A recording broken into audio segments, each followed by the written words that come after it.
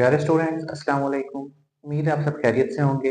और आज हम डिस्कस करने जा रहे हैं 11th केमिस्ट्री न्यू बुक का चैप्टर नंबर 2 का जो टॉपिक है क्वांटम नंबर, उसको आज हम डिटेल के अंदर डिस्कस करेंगे। तो क्वांटम नंबर्स होते क्या हैं? क्वांटम नंबर बेसिकली हमें इलेक्ट्रॉन का एड्रेस बताते हैं कि इलेक्ट्रॉन किस शेल के अंदर है, किस सब शेल के अंदर है, किस ऑर्बिटल के अंदर है और उसकी स्पिन क्या है। ये सारी चीजें जो मैं अभी बोल रहा हूँ इनको हम बाय टर्न जो है अभी वो अंडरस्टैंड भी करेंगे। बेसिकली आसान लफ्जों में पूछना हो या बताना हो किसी को कि व्हाट आर क्वांटम नंबर्स, तो हम बता सकते हैं कि these basically provide info about the address of an electron in an atom. कि इलेक्ट्रॉन एक एटम के अंदर किस शेल में है, किस सब शेल में है, ये सारी बातें हमें कौन बताता है? Quantum number. आइए इस टॉपिक को अंडरस्टैंड करते हैं। क्वांटम नंबर्स का टॉपिक है जी, पहले मैंने डेफिनेशन लिख दी है बुक वाली, set of numerical values giving a acceptable solution to Schrodinger wave equation. Schrodinger wave equation हमारे सिलेबस में डिस्कस नहीं की गई, एक कॉम्प्लेक्स सी इक्वेशन है मैथ्स की। अब श्रोडिंगर वेव इक्वेशन का क्या हिसाब किताब है कि श्रोडिंगर वेव इक्वेशन को सॉल्व करने के लिए कुछ वैल्यूज रिक्वायर्ड थी। वो वैल्यूज हमें किसने प्रोवाइड की? वो वैल्यूज हमें क्वांटम नंबर्स ने प्रोवाइड की। और इसमें भी हमें जो तीन क्वांटम नंबर्स हैं, दैट इज प्रिंसिपल, एजीमुथल और मैग्नेटिक, इन तीन क्वांटम नंबर्स की मदद से हमने श्रोडिंगर वेव इक्वेशन को सॉल्व किया। और एज द रिजल्ट, उस इक्वेशन के रिजल्ट ने हमें इलेक्ट्रॉन के बारे में डिटेल्स बताई। स्पिन क्वांटम नंबर जो है इसको यूज नहीं किया गया था श्रोडिंगर वेव इक्वेशन को यूज सॉल्व करने के लिए। रिगार्डलेस जो तीन क्वांटम नंबर है उनकी मदद से इस इक्वेशन को सॉल्व किया गया था। तो क्वांटम नंबर्स कौन कौन से हमने लिख दिए। जो address give address of electron आपको बता दें एटम के अंदर। पहला जो क्वांटम नंबर है it is principal quantum number, उसको एन से शो करते हैं। दूसरा है एजीमुथल क्वांटम नंबर, एल से उसकी रिप्रेजेंटेशन होती है। मैग्नेटिक क्वांटम नंबर एम से, और स्पिन क्वांटम नंबर एस से जो है इसको शो किया जाता है। प्रिंसिपल क्वांटम नंबर की तरफ बढ़ते हैं। प्रिंसिपल जैसे नेम से इंडिकेट हो रहा है, जैसे किसी भी स्कूल या कॉलेज का प्रिंसिपल इदारे का सरबराह होता है, तो प्रिंसिपल क्वांटम नंबर जो है वो आपके पास सब क्वांटम नंबर्स का जो हेड है, that is principal quantum number. और इसको हम शो किससे करते हैं? इसको हम रिप्रेजेंट करते हैं एन से।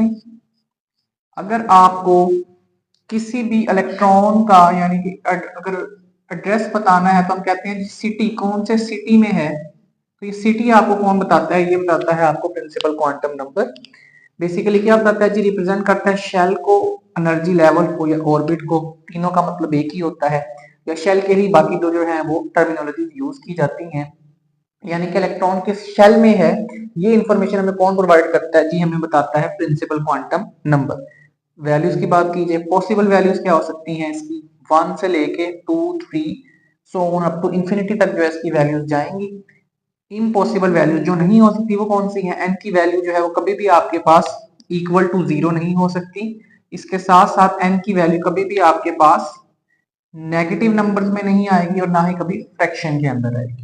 अगर n की वैल्यू 1 आ रही है इसका मतलब आपका इलेक्ट्रॉन पहले शेल में है, 2 आ रही है मतलब दूसरे शेल में है, 3 आ रही है मतलब तीसरे शेल में है। तो ये उसकी वैल्यूज का हिसाब किताब हो गया। एप्लीकेशंस की बात की जाए तो पहली एप्लीकेशन है आपके पास साइज ऑफ ऑर्बिट, यानी कि आपके शेल का साइज कितना बड़ा है, ये हमें कौन बताता है जी? प्रिंसिपल क्वांटम नंबर पर बताता है। कैसे? हम कहते हैं कि साइज ऑफ ऑर्बिट जो है ये डायरेक्टली प्रोपोर्शनल होता है एन के। क्या मतलब हुआ जी? जैसे जैसे बेटा जी एन की वैल्यू बढ़ती चली जाएगी वैसे वैसे ऑर्बिट का या शेल का साइज भी बड़ा होता जाएगा। कैसे? अब इसको हम ऐसे समझ सकते हैं कि पहले आपके पास कौन सा शेल होता है? पहला शेल होता है, उसमें 1s होता है। उसके बाद फिर कौन सा आता है जी? दूसरा आता है। फिर कौन सा आता है जी? तीसरा आता है। तो 1s जो है जैसे जैसे n की वैल्यू बढ़ेगी, यानी कि सबसे बड़ी वैल्यू n की यहाँ पर 3 है, इसका मतलब सबसे बड़ा साइज इसका होगा 3s का। 1s का साइज छोटा, इससे बड़ा साइज 2s का, और उससे बड़ा साइज 3s का। तो जैसे जैसे n की वैल्यू बढ़ती चली जा रही है, ये नंबर बढ़ता चला जा रहा है, वैसे वैसे उस शेल का साइज जो है वो इंक्रीज होता जाएगा। दूसरी हमें क्या चीज बताता है जी? एनर्जी ऑफ द ऑर्बिट के बारे में बताता है। एनर्जी ऑफ ऑर्बिट भी डायरेक्टली प्रोपोर्शनल होती है किसके? एन के। जैसे जैसे एन की वैल्यू इंक्रीज होगी आपके पास जो शेल है या जो ऑर्बिट है उसकी एनर्जी भी क्या होती चली जाएगी? इंक्रीज होती चली जाएगी। यानी कि जो इलेक्ट्रॉन जो है अगर पहले शेल के अंदर पड़ा हुआ है तो उसकी एनर्जी कम होगी, अगर वो दूसरे में पड़ा है तो उसकी एनर्जी ज्यादा, तीसरे में पड़ा होगा तो उसकी एनर्जी और ज्यादा होती चली जाएगी। फिर आते हैं जी नंबर ऑफ इलेक्ट्रॉन्स। किसी भी शेल के अंदर अगर आपने बेटा नंबर ऑफ इलेक्ट्रॉन्स निकालने हैं तो उसका फॉर्मूला होता है 2n स्क्वायर। अब लेट से आपने निकालने हैं जी पहले शेल में आपके कितने इलेक्ट्रॉन्स हैं, सो हम कहते हैं जी k, जो कि आपका क्या है पहला शेल। दूसरा शेल है आपका L, that is second shell. फिर आता है जी आपके पास M, which is your third shell, और then you have last n shell which is fourth shell। अब इसके लिए अगर हम वैल्यू निकालना चाहें तो हम क्या करेंगे कि पहले शेल के लिए n की वैल्यू कितनी है 1 है, तो यहाँ पर अगर हम फॉर्मूला यूज करें तो हम क्या करेंगे कि 2n स्क्वायर था, n की वैल्यू कितनी पुट कर देंगे आप 1 पुट कर देंगे, इसका स्क्वायर ले लेंगे तो आंसर कितना आ जाएगा 2। मतलब पहले शेल में होंगे जी 2 इलेक्ट्रॉन, दूसरे शेल में अगर आपने निकालने हैं तो 2 इंटू एन की वैल्यू क्या होगी 2, क्योंकि दूसरे शेल के लिए आपके पास n की वैल्यू क्या है 2 है। 2 का स्क्वायर लेंगे 4, 4 2 सर कितना हो जाएगा 8 जी, दूसरे शेल में आ गई जी 8 इलेक्ट्रॉन। तीसरे शेल में अगर आप जाते हैं 2 इंटू एन की वैल्यू 3 पुट करेंगे, 3 का स्क्वायर लेंगे 9, 9 2 सर कितने आ जाएंगे जी 18 इलेक्ट्रॉन। चौथे शेल में अगर आप जाते हैं तो जी आप n की वैल्यू पुट कर देंगे 4, 4 का स्क्वायर लेंगे 16 आ जाएगा, 16 2 जार कितने हो जाएंगे 32 इलेक्ट्रॉन। तो इस फॉर्मूले की हेल्प से आप किसी भी शेल के अंदर नंबर ऑफ इलेक्ट्रॉन्स को फाइंड आउट कर सकते हैं।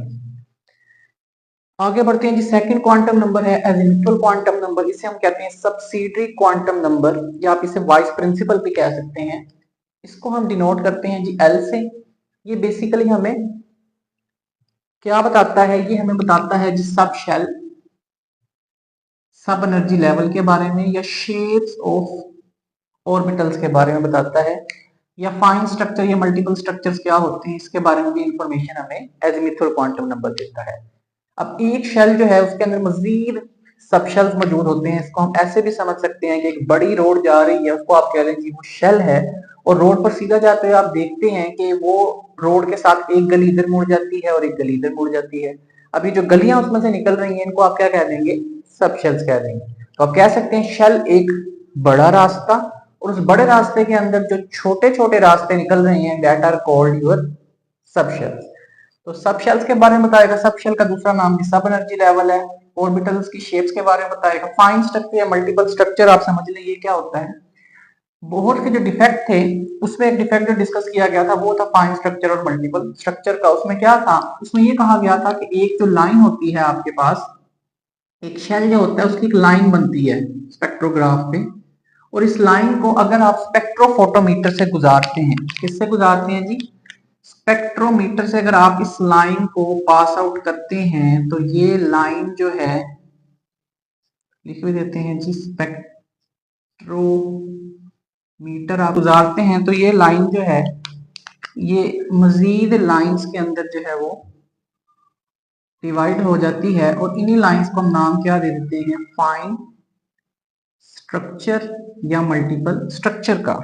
या आप ये कहें जो एक लाइन है अगर ये आपका शेल है तो ये शेल मजीद सब शेल्स में क्या हो जाता है जी डिवाइड हो जाता है। क्लियर। वैल्यूज की बात की जाए, अगर आपने L की वैल्यू निकालनी है तो फॉर्मूला होता है n-1, यानी कि n की जो भी वैल्यू दी गई है उसमें से 1 माइनस करें तो L की वैल्यू आ जाएगी। पॉसिबल वैल्यूज क्या आ सकती हैं, जीरो से बेटा जी स्टार्ट होती हैं, जीरो आती वैल्यू आती है 1 2 3 एंड सो ऑन। अगर जीरो वैल्यू आ रही है it means S sub shell है, 1 आ रही है तो P सब शेल है, 2 आ रही है तो D सब शेल है, और 3 आ रही है तो F सब शेल है। उसके बाद हमें एजिमुथल क्वांटम नंबर क्या बताता है, शेप्स के बारे में बताता है कि अगर L की वैल्यू, शेप्स क्या हो सकती है, अगर L की वैल्यू 0 आ रही है तो इसका मतलब कौन सा सब शेल है S सब शेल है। अगर 1 आ रही है तो इसका मतलब P सब शेल है। अगर 2 आ रही है तो इसका मतलब D सब शेल है, और अगर 3 आ रही है तो इसका मतलब F सब शेल है। शेप्स क्या होंगी जी इनकी, जो एस सब शेल है इसकी शेप होती है स्फेरिकल। कैसी शेप होती है इसकी, स्फेरिकल। स्फेरिकल शेप आपके पास कैसे होती है, कुछ इस तरह से, जैसे फुटबॉल होता है, this is called spherical shape. P orbital जो है इसकी शेप होती है आपके पास डंबल। जैसे आप वेट लिफ्टिंग करने जाते हैं तो वहां पर आपके पास डंबल्स पड़े हुए होते हैं कुछ इस तरह से। जो डी ऑर्बिटल है इसकी होती है आपके पास डबल डंबल, यानी कि दो डंबल्स को अगर आप मिक्स कर दें तो you can get the shape of D orbital. कुछ इस तरह से डी ऑर्बिटल आ जाता है। और जो एफ ऑर्बिटल है इसकी शेप क्या होती है, कॉम्प्लिकेटेड या कॉम्प्लेक्स। तो इस तरीके से शेप ऑफ सबशेल्स जो है वो भी हमें बता देता है जिमित्रल क्वांटम नंबर। फिर हम चलते हैं कि टोटल नंबर ऑफ इलेक्ट्रॉन्स अगर आपने निकालने हैं किसी भी सबशेल में तो उसका फॉर्मूला क्या होता है, उसका फॉर्मूला होता है 2 इंटू 2l+1। ये आप इसे मल्टीप्लाई कर लें तो 2 2 4, कितना बन जाएगा 4l+1। दोनों से आप सोल्व कर सकते हैं। अगर आपको निकालने हैं एस सबशेल में इलेक्ट्रॉन्स तो एस के लिए एल की वैल्यू क्या होती है 0, पी के लिए क्या होती है 1, डी के लिए क्या होती है 2 और एफ के लिए क्या होती है 3। ये वैल्यूज हमने लिख ली हैं। अब फॉर्मूले का यूज करेंगे हम, दैट इज 4l+1। अगर आप ये फॉर्मूला यूज करते हैं तो अब देखिए मैं डायरेक्ट पुट करूंगा। 4l की वैल्यू में कितनी पुट कर दूंगा 0 प्लस कितना हो जाएगा 1, 4 0 0 0 प्लस 1 कितना आ जाएगा,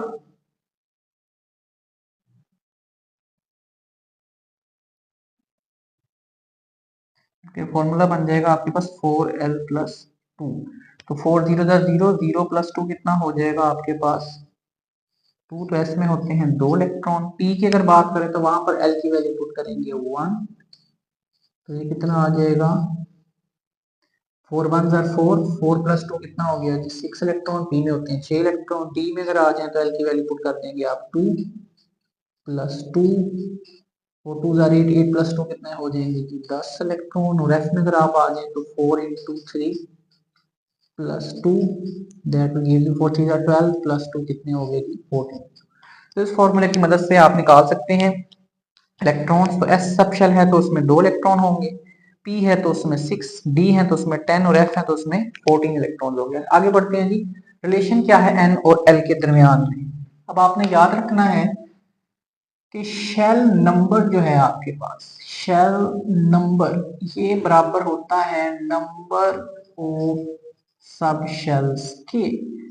यानी कि अगर आपके पास शेल नंबर है 1 तो उसके अंदर सब शेल भी होगा 1, यानी कि एक ही सब शेल होगा, दैट इज 1s। अगर शेल नंबर है 2 यानी कि दो शेल नंबर 2 है तो उसमें दो सब शेल्स होंगे, क्या होगा 1s और दूसरा क्या होगा 2s। इसी को हम यहाँ पर भी अंडरस्टैंड करेंगे। पहला शेल जो है हमारे पास वो है के के लिए n की वैल्यू कितनी होती है 1 और l की वैल्यू क्या होती है 0। शेल नंबर 1 है तो इसमें सब शेल भी एक होगा, कौन सा होगा आपके पास 1। सेकंड शेल है l, l की वैल्यू क्या हो जाएगी 2, l की वैल्यू क्या हो जाएगी 1। n की वैल्यू 2 है, इसका मतलब शेल नंबर 2 है तो इसमें दो सब शेल होंगे, कौन कौन से होंगे जी 1s होगा और कौन सा होगा जी 2s होगा। फिर चलते हैं तीसरे शेल की तरफ, that is m shell, n की वैल्यू हो गई 3 और s l की वैल्यू हो गई 2। शेल नंबर 3 है तो इसमें सब शेल्स 3 होंगे, कौन कौन से 1s।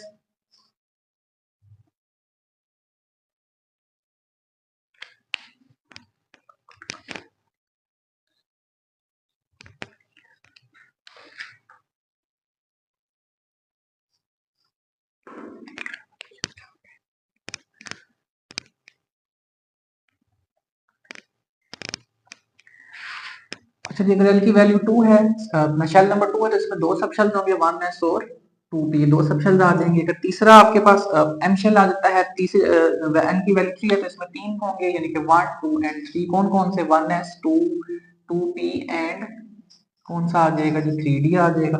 चौथा शेल है जी n शेल, n की वैल्यू 4 है और l की वैल्यू कितनी है 3। इसका मतलब इसमें चार सब शेल्स होंगे, कौन कौन से 1 2 3 एंड 4। कौन कौन से होंगे आपके पास s P, D and F, ये चार सब शेल्स जो इसमें मौजूद होंगे। तो जितना आपके पास शेल नंबर होगा उतने ही उसके अंदर सब शेल्स मौजूद होंगे। इसको हमने यहाँ पर ड्रॉ करके समझ भी लिया। उम्मीद करता हूँ क्वांटम नंबर्स का टॉपिक आपको क्लियर हो गया होगा। मिलता हूँ नेक्स्ट वीडियो में magnetic quantum number, spin quantum number के साथ। Thank you so much, Allah Hafiz.